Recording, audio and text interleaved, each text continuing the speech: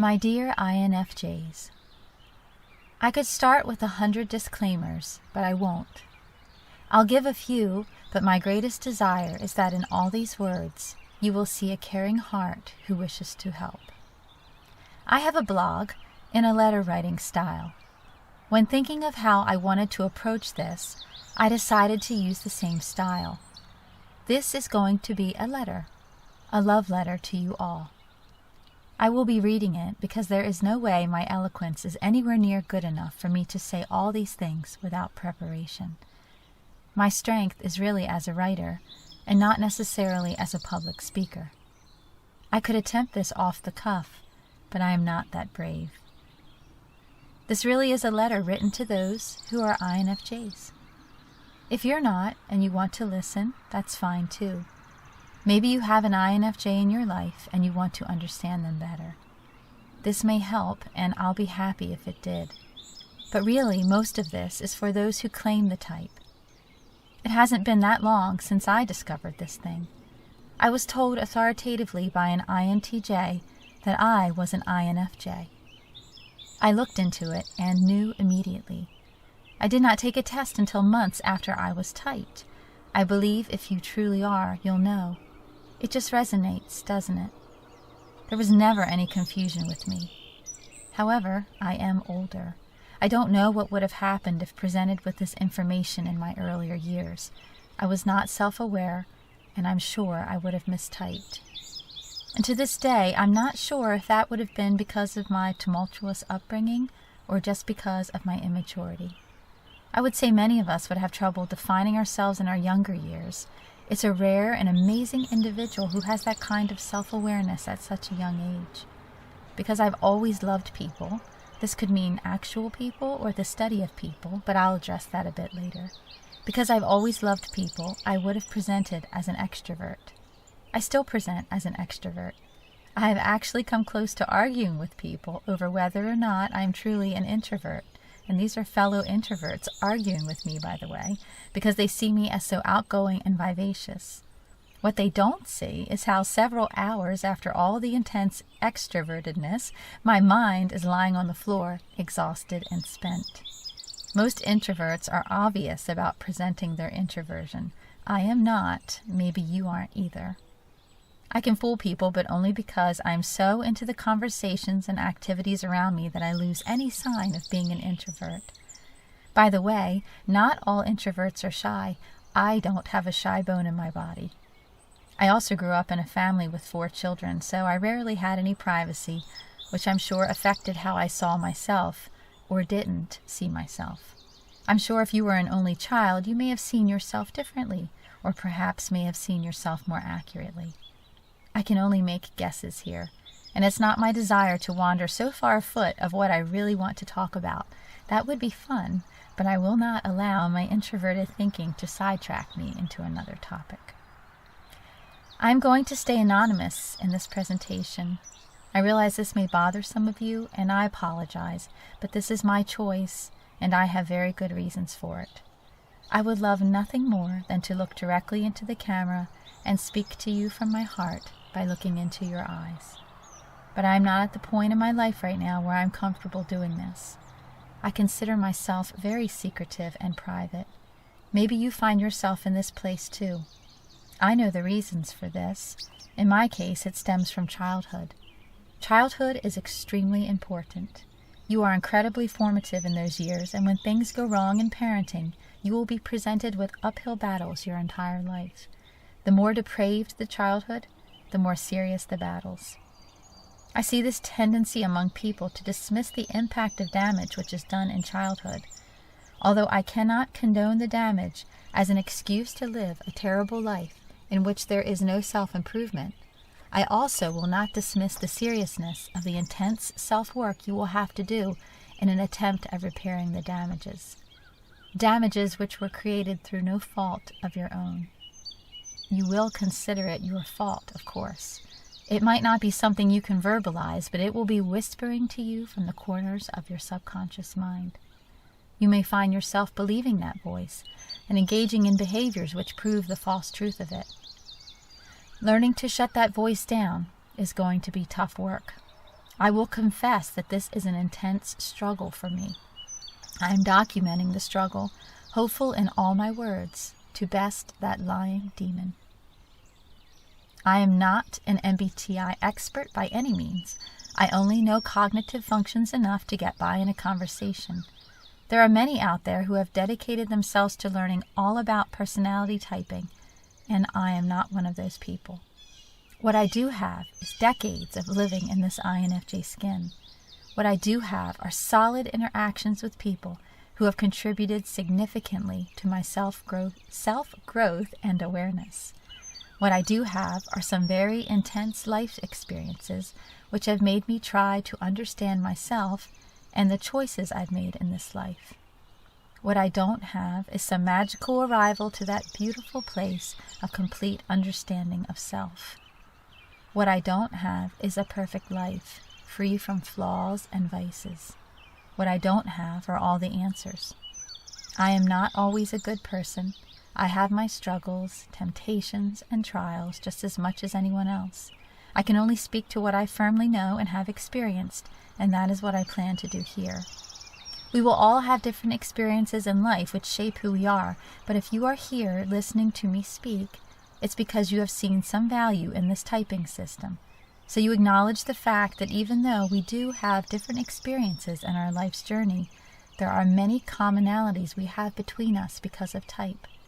And from this point, I'm not even going to reference INFJ anymore. There is no need to use the letters because we are among those who understand. Someone taught me not to use the letters in our interactions with the same type. It keeps it real, and that was great advice. So, after that very long introduction, I'm going to dive right in with a very strong statement. We exist to make people better. I exist to make people better. You exist to make people better. It's not the only reason we exist, but it's one of the most important ones. You can try to run away from this truth, but it will hunt you and chase you down until you finally submit to it. You can hide in a cave for years, avoiding people, trying to do your own thing, licking your wounds from past experiences, but you will never feel the ultimate satisfaction you will get from helping others to grow.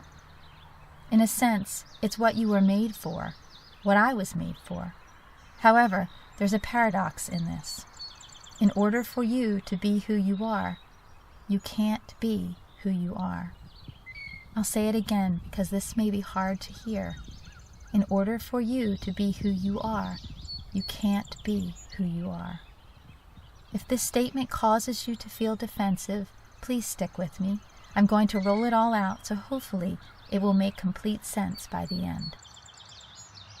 We are born with mirrors, which we carry around in front of us. We start using those mirrors from a very young age. At first, we use the mirror to try to fit in. We act like others around us so we can be accepted, so we can figure out what we hold true.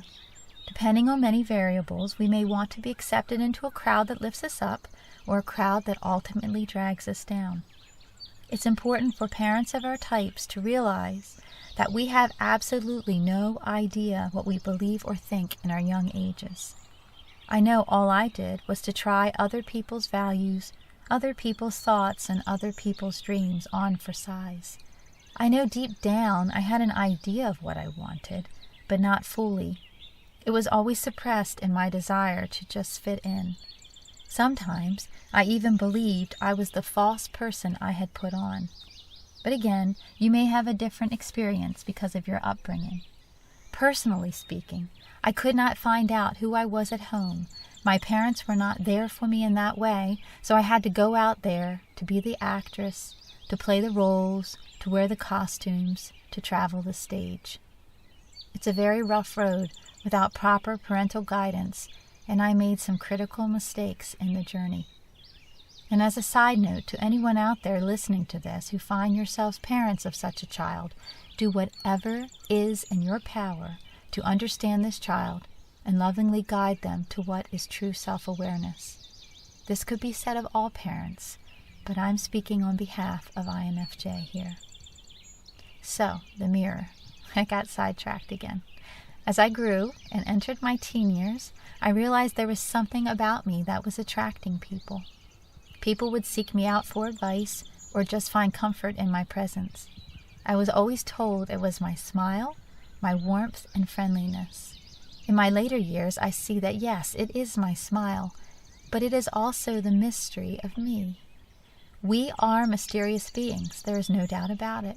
That's not some unicorn special snowflake statement, just the truth. Every type has its beauty. The mystery is the beauty of us. Maybe it's not in your smile. Maybe it's just in the way you hold yourself, or the way you laugh, or the way you listen. I can't truly come to any definitive explanation of it. It's just there. It's what draws people to us. I think the mystery must exist because it's what lures others in, so we can then be helpful.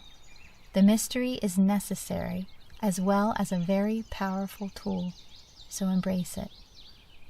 As I got older, I was very cognizant of the mirror as people sought me out. Oh, I couldn't explain it in terms of function and type, but I knew I could relate to people on a level that was very special. I could see them, see into their souls in a way. And not only could I see them, but I could listen to them and interact with them in such a way that made them feel better about themselves, or even spurred them on to make a change in their lives. When I could do that, that was joy like no other. There's also a comfort in our presence. I can laugh about it now, but I still find myself in situations where there is actually a line of people waiting to speak to me, like I'm Santa Claus or something.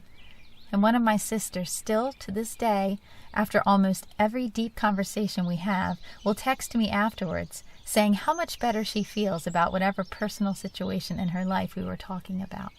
And I still shake my head because even now, I almost can't clearly see how I could possibly make her feel so happy through my contribution to the conversation.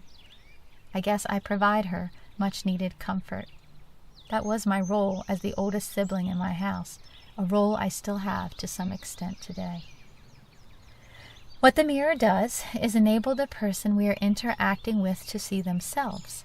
They know us because they are in some ways talking to themselves. And all along we are gently guiding, gently revealing even the tough things they might not want to hear. But because of our tact and kindness, it comes off accepted. It comes off as helpful, with the other person feeling validated and understood. As your confidence increases, you will tailor-make that mirror as well as your reactions for each person. You will become bolder when you come across someone who maybe needs a tougher hand. Most people want the kind and gentle, but some actually respond better to more direct, no-frills kind of advice, straight shooting. Again, I give back based on what I see in a person. I do it almost without thinking about it now. If you are a younger person listening to this, you will get better at this every day, especially if you've broadened your experiences by meeting as many different people as you can in your younger years. This is key. You need interactions with others on a grandiose scale, so you can have a storehouse up in that active mind to draw upon when you are reading people. Interacting with people from all walks of life is critical. There is no bargaining over this one. Whether you like it or not, you must do it if you want to be effective, if you want to truly be all you were meant to be. It's all happening in the background during your interactions, like a machine humming at full capacity upstairs, but it's happening, and the data will instantly be there in the future when you need it. That doesn't mean I don't make mistakes in my interactions. I still do. But learning to truly listen to others, to really understand others, is a way to minimize those mistakes. Learning to trust your data is imperative. As far as I know, there is no instruction manual out there teaching you how to intuitively do this. But as you grow, you will know. It's a gift, this mirroring others. All my life, I never really saw this as a gift, as anything special. It took a very special person to make me finally realize, to finally see that it is a gift. It's a beautiful gift, and one which should be used to make this world a better place. But this is also the loneliness I feel, the loneliness you feel, No one listens to you. No one cares who you are. No one asks how you feel, what your thoughts are about something, if you had a good day. Lonely is a familiar pain, isn't it? It's what we know. We spend days helping others only to have no one return the favor. There have been times when I almost feel as if I do not exist, because I don't. In a sense, I have to cease existence in order to help others. The minute they see me, I lose my effectiveness. They don't want to see me, and they shouldn't. The first time I fully realized this, it was horrifying, until I was able to come to a place where I could make sense of it. And here is what I learned, what I would love to share with you. You will be the expert at listening and helping others, but realize this: you will have the ultimate struggle in helping yourself. Another lesson learned from a brilliant mind shared with me. You will have the ultimate struggle in knowing yourself, what you primarily value in life. So, how do you help yourself? How do you have the energy and strength to interact with others, to help them succeed and grow? How do you finally realize who you truly are? Who you truly are, not some poor imitation of someone else. 2 things: trusted loved ones and time alone. You must have these. When you have people in your life you can completely trust, you will be able to fully discover who you are. When you are around others on the outside, you get lost. You absorb all the thoughts and feelings swirling around you, and you lose sight of where someone stops and you begin. It all gets mixed up in the mirror. When you find trusted people, you can put down the mirror. You may find yourself terrified without the mirror, as you may not know entirely what's really behind it, especially when you're young, or if you have been abused. Putting down that mirror can be a very difficult thing to do, but once you do it, you can speak freely with that loved one. You need to vocalize the thoughts inside. As you speak through them, you will start sorting it out. Hearing your thoughts out loud will help you to make sense of them. Your loved one will listen and respond, further clarifying those thoughts. Before you know it, you'll start seeing the big picture, the you inside. And as you further your understanding of yourself, your confidence will increase. Alone time is also necessary. Even if you have close relationships, you still need this. This is your time to process the data you've gathered. This is where you have no outside influence at all on your thoughts. They can be all out there, in your open mind, for you to sort through and make conclusions. This is where you meet you. Space and quiet to ask yourself the big questions, to silently ponder your observations, to spend time with yourself. And this is also where you show your loved ones some love and give them a break from your intense mind. Trust me, they will need it. You are overwhelming. I am overwhelming. It's a hard truth to accept, and it takes a mature mind to do so, but we do know it as true, don't we? Know when to retreat to the cave. You need it just as much as they do. But how can I do this without friends or loved ones, you may ask? Maybe you find yourself at a stage of life where, for whatever reason, you do lack trusted ones. Do it through writing. Do it through alone time. Take long walks. Talk out loud to yourself. Maybe even record yourself to play back later. You'll hear useful things in your rambling thoughts. I can't tell you how many times I get stuck inside my head, only to go outside, take a walk, have a great conversation with myself, only to end up working it all out. It can be done. It's beautiful when it can be done with someone else, but not everyone has that advantage. You can do it yourself if you're willing to be honest with yourself. Do this even if you are in a relationship. It works. But all my dear ones listening to my words, I need you to know I fail, and I have failed catastrophically. This is also something someone else taught me, that I need to stand by my failures in order to recognize my successes. You fail to learn. So here is what I have learned in my failures, what I want to share with you. I'll cover 3 areas: your loving relationships, others in your life, and you. When it comes to your loving relationships, number 1, learn to trust, and trust with your whole heart. Do not be afraid to be vulnerable.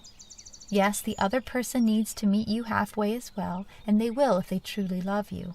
They will want to understand you, will want to do the work of understanding. But don't be afraid to put yourself out there with that trusted person. We have very strong intuition about people, even when we are young.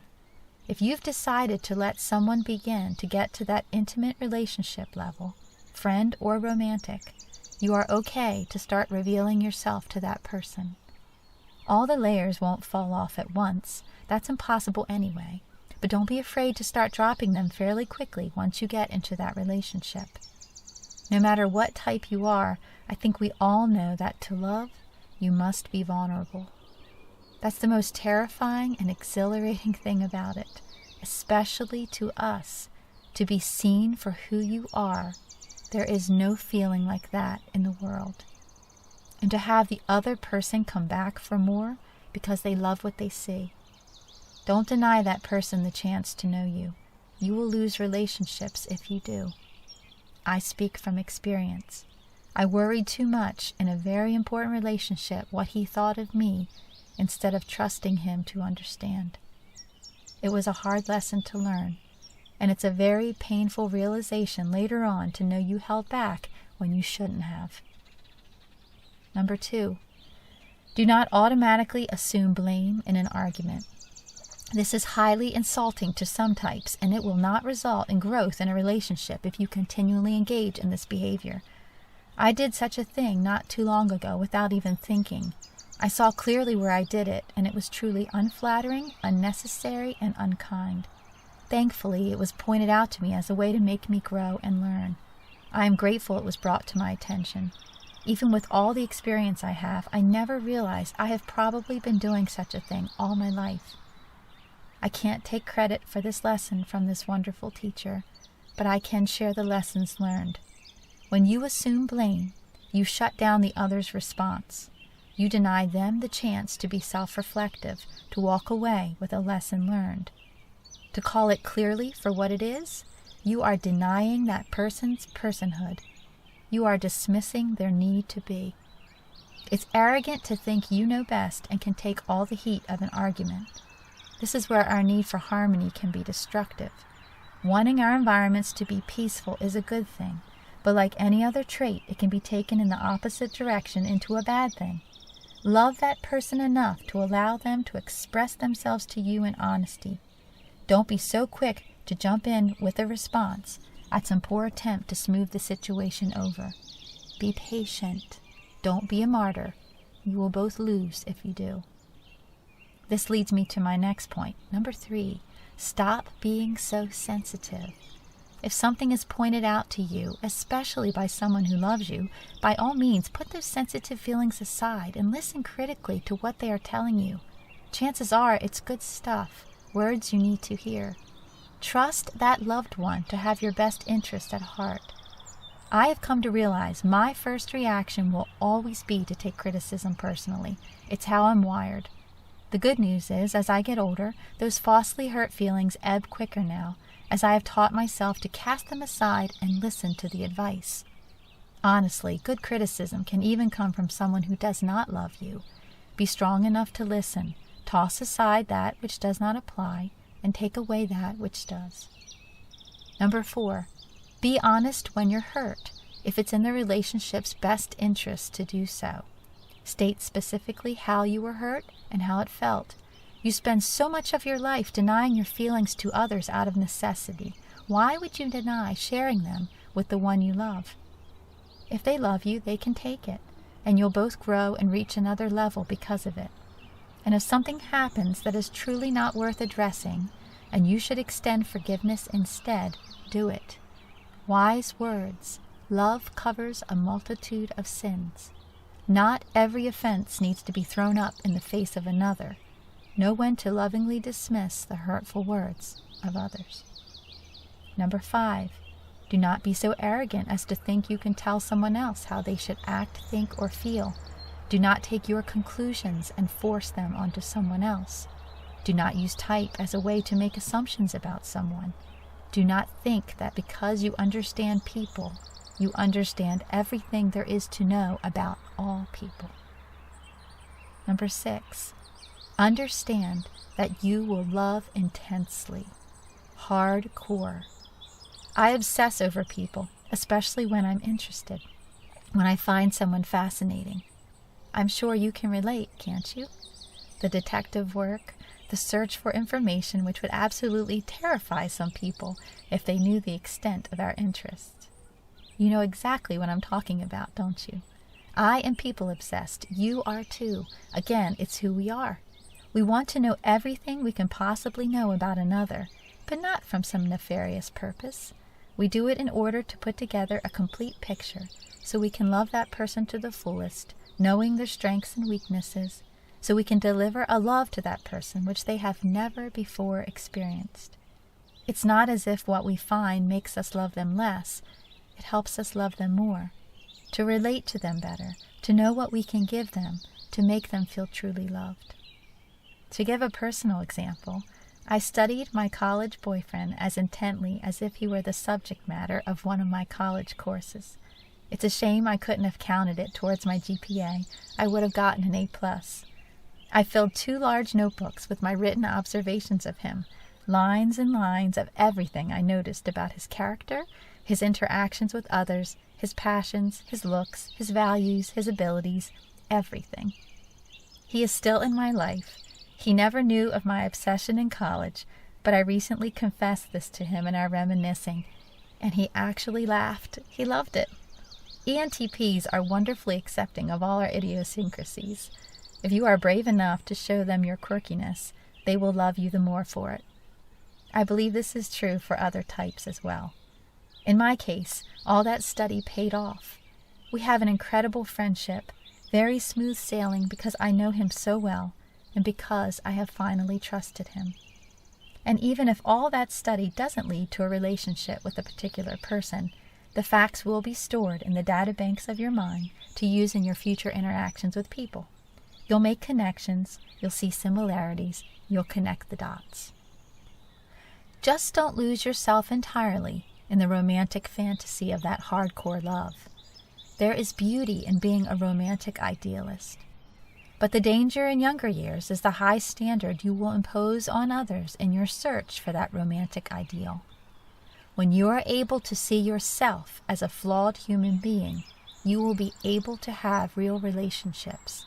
That's not self-deprecating talk, it's truth. Seeing your own flaws doesn't mean you think less of yourself, it means you are ready for true growth. When you can see the flaws in others just as easily as you see your own, and somehow love that person even more for the flaws, you'll know you have escaped the romantic idealism of your youth that isn't entirely practical in a real relationship. But don't lose the idealism entirely. It's what makes your relationships beautiful. It's what keeps you ever striving for the next level of greatness in that relationship, in your idealistic desire to perfect it as much as you are able to in this realm. When it comes to others in your life, learn how to help without becoming too engaged. One of the greatest struggles for me is helping people without getting too attached. Perhaps this resonates with you. I wrote a blog post about this, how my secret desire is to live the nomadic life, traveling from destination to destination, experiencing everything life has to offer without getting all tied down. In other words, studying and helping people, but not getting caught up in a friendship I never really wanted. It's an unrealistic dream, of course, this nomadic life, but I would imagine it's the dream of many of us out there. This is the sticky business of helping people. The trick is to help without getting attached, unless you want to, of course. When you help people, they will latch on to you, sometimes with a fierceness that doesn't want to let go. I still struggle with this and suspect I always will. It's why I hesitate to get involved in certain social activities and situations. In a sense, you are already committed in work relationships to an extent. You have no choice but to be with these people on a regular basis. Finding the balance between helping people and yet staying at arm's length is challenging in these situations.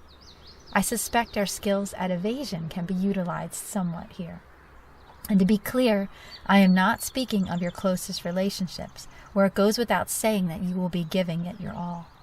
I'm speaking of the times when you help people, and all of a sudden that person wants you as a best friend. I am almost embarrassed to admit this, but this is the reason why I ended up in some relationships in my earlier years. Relationships where weeks or months later I woke up and asked myself, what in the world am I doing here? This is not what I want. How did I get here? I know how I got there.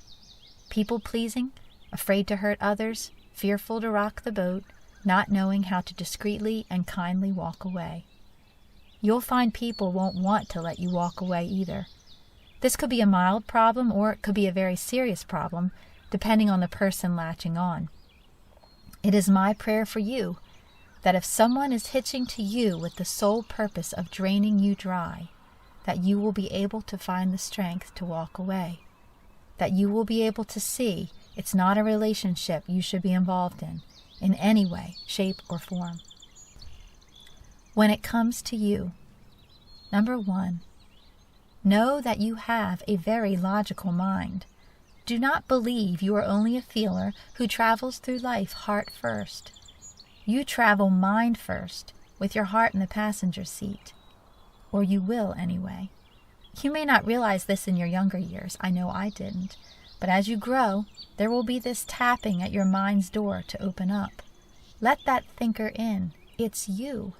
You have the ability to understand deep concepts, abstract thoughts, and logical arguments. This is the side that rarely gets spoken of, but it's there. It may not come as easily to you as it does to other types. Logic is to them what your mirror is to you. But you have the ability to develop a formidable mind. You can learn it on your own, or you can learn it from someone else. The day you realize you are a thinker is the day your life will never be the same. It's extremely liberating. When you realize it, run with it, feed it. Number 2, create, write, produce. On those days when you feel you just cannot go on, crawl out of your hole on all fours, digging a path with your hands if you have to, and force yourself to create. Write out all those toxic feelings. Be as harsh as you want to with yourself. There is no shame in it. You will be relieved to get it out.